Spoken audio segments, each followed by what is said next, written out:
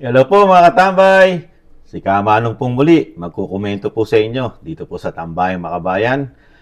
Ito po, mayroon po tayo kukomento ang muli dito po sa isang balita po sa isang UNTV mga katambay.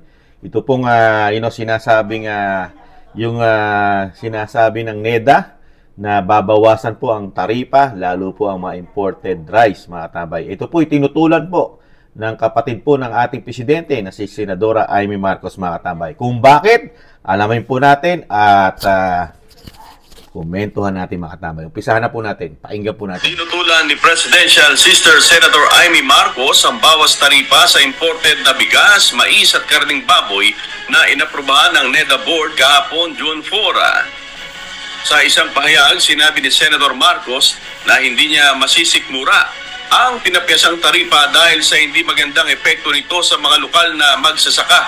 Tanong nito, paano na ang mga lokal na magsasaka kapag binahana ng imported na mga produkto ang mga palengke sa bansa?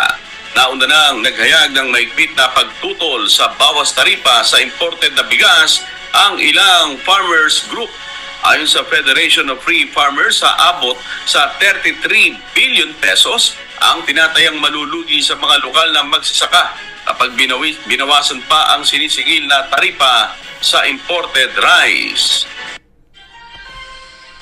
Kasi po, ayan po, narinig po natin ang pahayag po ng balita at ang sister po o ang presidential sister na si Senadora Amy Marcos, mga katambay. Napakatagal na rin po sa Senado ng presidential sister mga katambay. Pero hanggang ngayon, wala po sila talagang matibay na solusyon kung paano po matutulungan ang ating mga farmer o magsasaka mga katambay. Talagang sinasabing sila'y napakahirap na sitwasyon sa kabila ng ang kanilang ginagawa na sinasabing pagtatanim ng mga palay, sama na natin ng mga mais, mga gulay, lahat ng po pwede itanim ng ating mga magsasaka. Talagang nakababad ka dyan sa init, di ba? Init, ulan, kahit anong weather, napakahirap po talaga ang maging magsasaka. Pero po sa kabila nun, magkakaproblema po mga katambay. Alam naman natin, hindi ligid sa atin mga katambay, ang mga farmers, di ba? Talagang number one nilang problema ay napakamahal po ng ginagastos nila sa kanilang pagsasaka. Dahil una-una, napakataas ng gasolina. Dahil alam naman natin ngayon mga tambay, ang gamit ng mga magsasaka natin ay gasolina rin po. At may diesel, di ba? At napakamamahal na binhi ng ating magsasaka. Tapos sa kabila nun, babarating pa di umano. Pagka panahon na po ng harvesting, napakababa naman po kukunin sa kanila yung kanilang mga produkto. Lalo po ang bigas o ang palay mga katambay. At eto pa, nakaamba na naman na isa pang malaking problema ng mga farmer natin, di ba? Tayo po, gusto natin na bumaba ang presyo ng bigas, mga katambay. Pero ayaw din po ni Kamanong ng ating mga magsasaka ay maagrabyado, di ba?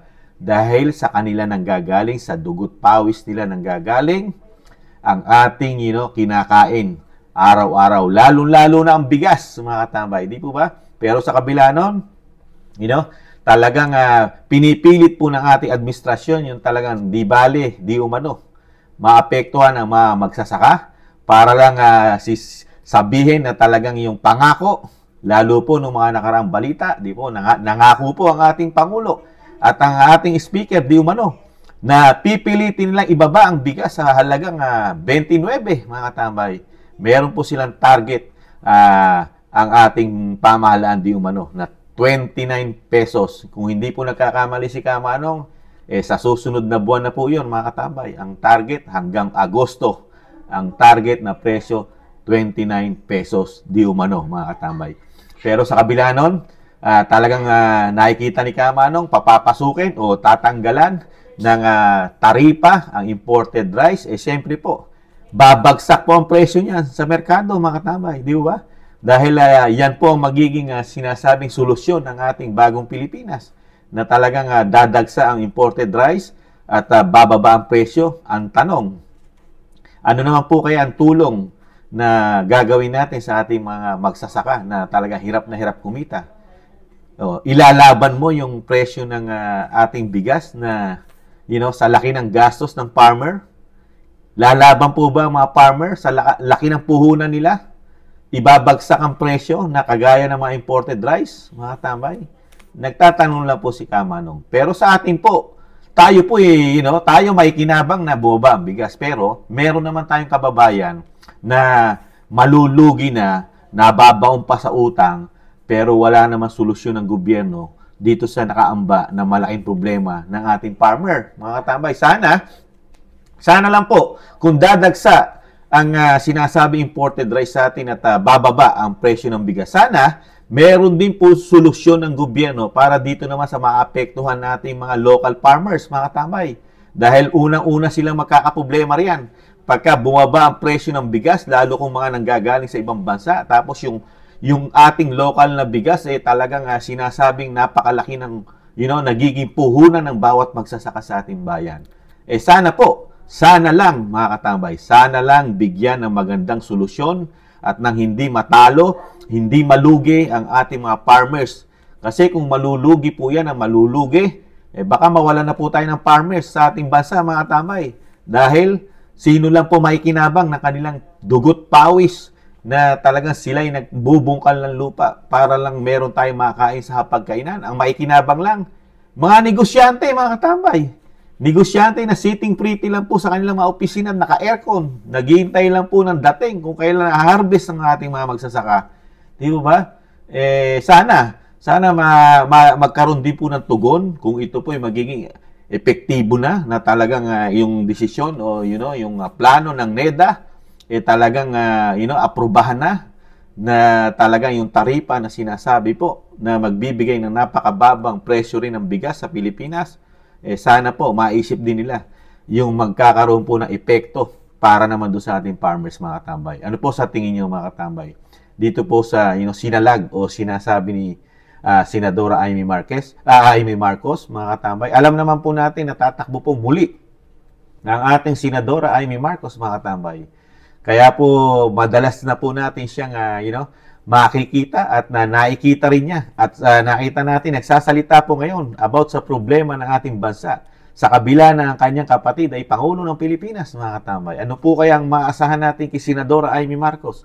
Sa dami po na nakikita niya problema ng ating bansa, ano po kaya ang maaasahan natin tugon katulad po nito? Nakita niya po ni Senadora Amy Marcos na magkakaproblema ang ating mga magsasaka. Ano po ang aasahan natin sa isang senadora na hinalal natin sa ating bayan? Katulad po ni Senadora Amy Marcos, na kapatid po ng Pangulo ng Pilipinas. Meron po bang aasahan ng mga magsasaka rito, mga tambay? Kaya niya po kaya salagin at talagang sasabihin na, bibigyan niya ng malaking resolusyon ang sinasabing nakaambang problema ng magsasaka? Ano po sa tingin niyo, mga katambay? Ito po ba ay hanggang salita lang, katulad ng iba di umanong mga senador, pagka lumabas na sa kanilang bunganga ang kanilang mga interview, nabubura na at nawawala na parang hangin na hindi na natin nakikita, mga katambay. Dahil tapos na, nasabi na nila. Pero yung sinasabing problema, naiwan pa rin yun, lalo sa mga magsasaka ngayon. Di ba, mga katambay? Yun po ang malaking tanong natin at komento rin ni Kamanong. Di ba? Ano ang mangyayari sa ating mga magsasaka? Sila ba'y mananatiling taghirap, taggutom, at baon sa utang dahil inuutang po ng ating magsasaka ang kanilang mga puhunan sa kanilang mga pagtatanim ng palay, bigas, kung anuman ang kanilang itinatanim sa kanilang mga lupa, mga tambay. Sana yung suporta at sinasabi pagka ganito, kasi sa nakikita ni Kamanong talagang gigil na po dahil 2 taon na pong walang napapatunayan sa sambayan ng Pilipino, lalo po sa produkto, problema ng hapagkainan ng mga Pilipino. 2 taon na po na talagang ubod ng mahal ng bilihin. Kaya po nagpupumilit dahil malapit na po ang SONA, mga katambay. Darating na po ang SONA. Kailangan meron pong magandang masabi ang ating Pangulo sa SONA, mga katambay. Di ba? Logic lang po yan, mga katambay. Muli po, si Katambay Manong po, nag-iwan po ng napakalaking pagpapasalamat po sa inyo, mga katambay. Sa mga gusto po ng ating napakalit na channel sa YouTube at TikTok, Tambayang Makabayan. Ingatan nawa, mga katambay, ganun po talaga, tis-tis muna tayo. May pag-asa pang makabawi, makabalik ang ating bansa. sa normal, mga katambay. Paalam, ingatan nawa. Bye-bye.